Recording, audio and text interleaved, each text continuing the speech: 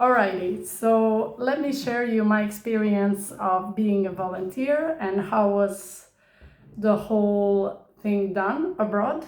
I had my experience as a EVS volunteer, which is essentially a European voluntary service, and that's the name of the website that you can go to check out the projects that you can apply for.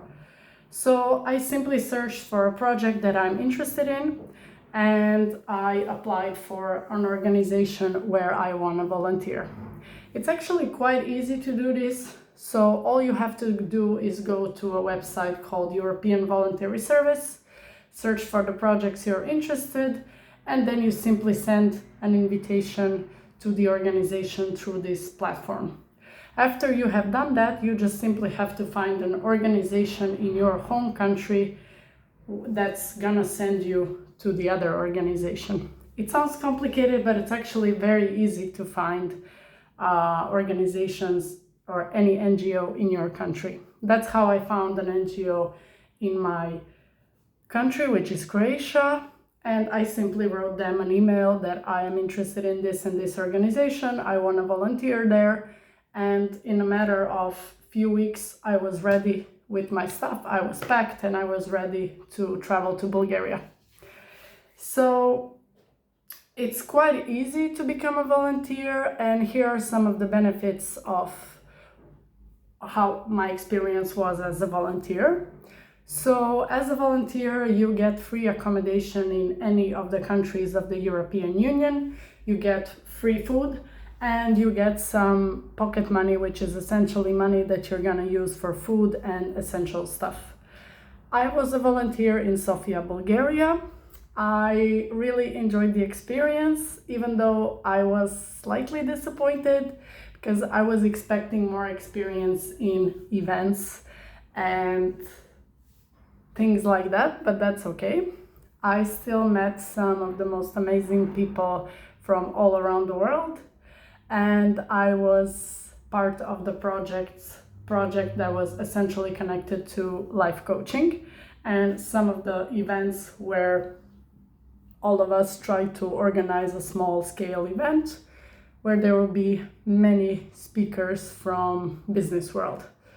So my experience of EVS was okay, I have to say, but I wasn't really happy with some of the things. I like the fact that I got to travel to Bulgaria. I was in Sofia. I was part of interesting projects. I was meeting some people, but I was kind of bored because I was constantly working in the office, so that was not that fun, but that's okay.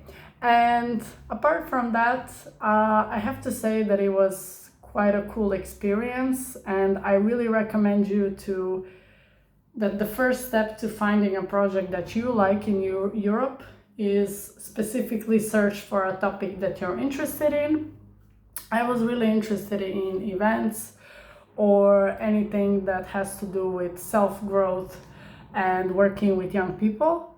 So I'm quite happy for that because I got to volunteer with 4 other volunteers from the rest of the world, and it was a great experience. I got to see many places in Bulgaria, and I have to admit it's quite an interesting country.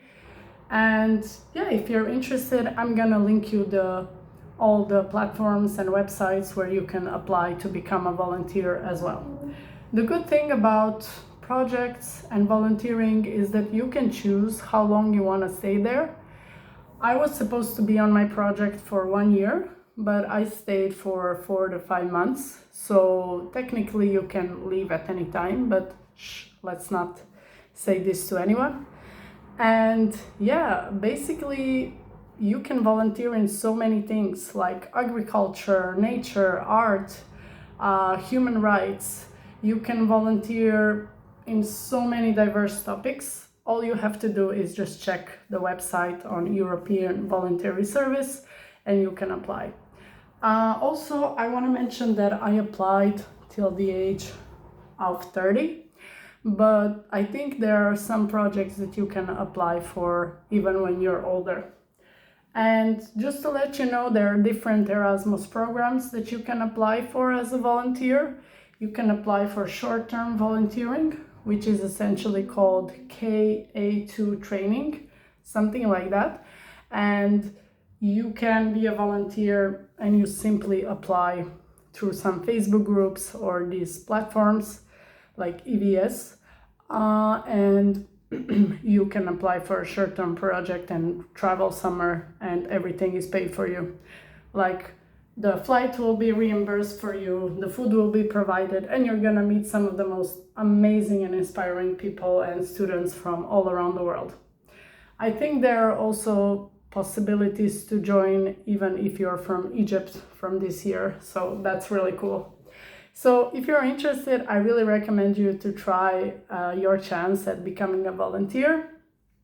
I would really advise you, based on my experience, that you really research the organization where you're going and really try to find all the information about the organization, because you might get sometimes disappointed or have different expectations. So I really recommend you to research all about the NGO and what to really expect there. So I'm gonna say that my experience was nice back in Bulgaria, but my leaders were not the most friendly people. So my experience was kind of weird because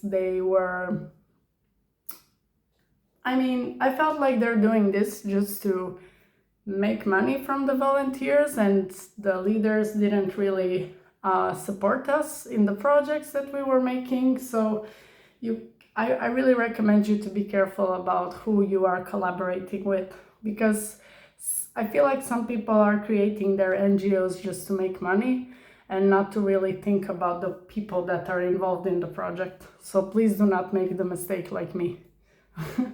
And I have to admit that I do not recommend Bulgaria for volunteering.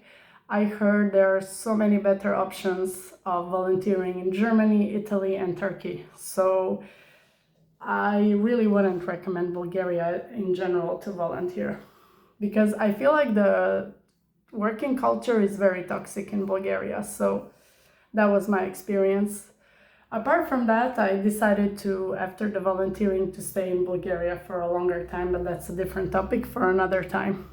So I hope I covered everything that you need to know. And yeah, simply to apply for projects, you just need to speak English and you are ready to go, and you find an NGO in your home country. You send them an email that this is the project you want to apply for. And there are literally tons and tons of non-government organizations that are sending people to another country. So it's very easy. All you have to do is write them an email and they approve you. Basically, you need one organization that is going to approve of you to travel to another organization. That's how these projects work. And the organizations are always searching for volunteers. They're always searching for people to collaborate. So it's quite straightforward to do this. And then you're ready to go, and you will be covered with your flight, with your stuff and all the things.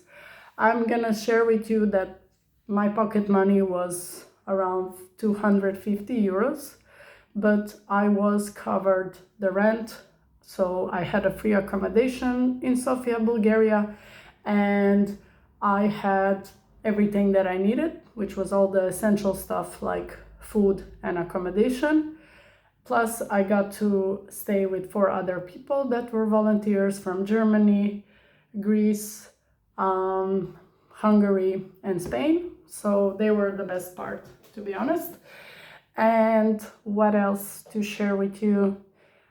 Yeah, that's it. It's quite straightforward on how you can do this. And I really recommend you to apply for small cities or towns, because volunteering in a big city can be quite challenging because of the fact that you do not have a lot of money.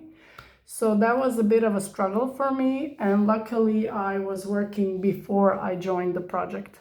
And I joined the project at the age of 29, so you can do it at any age, really. Even if they claim that you have to be 30, you can always ask the organization if you can join. And yeah, that's it. It's quite easy to do this, so I really recommend you to give it a try. I'm gonna provide you with all the links how to apply, and it will not cost you a thing to live abroad. So good luck with your volunteering experience. Thank you for listening to me, and I hope to see you in the next episode, where I'm gonna be talking about how to become an au pair in London and how to move to London, because I've lived there, so I hope to share with you some experience on how you can do the same. Cheers!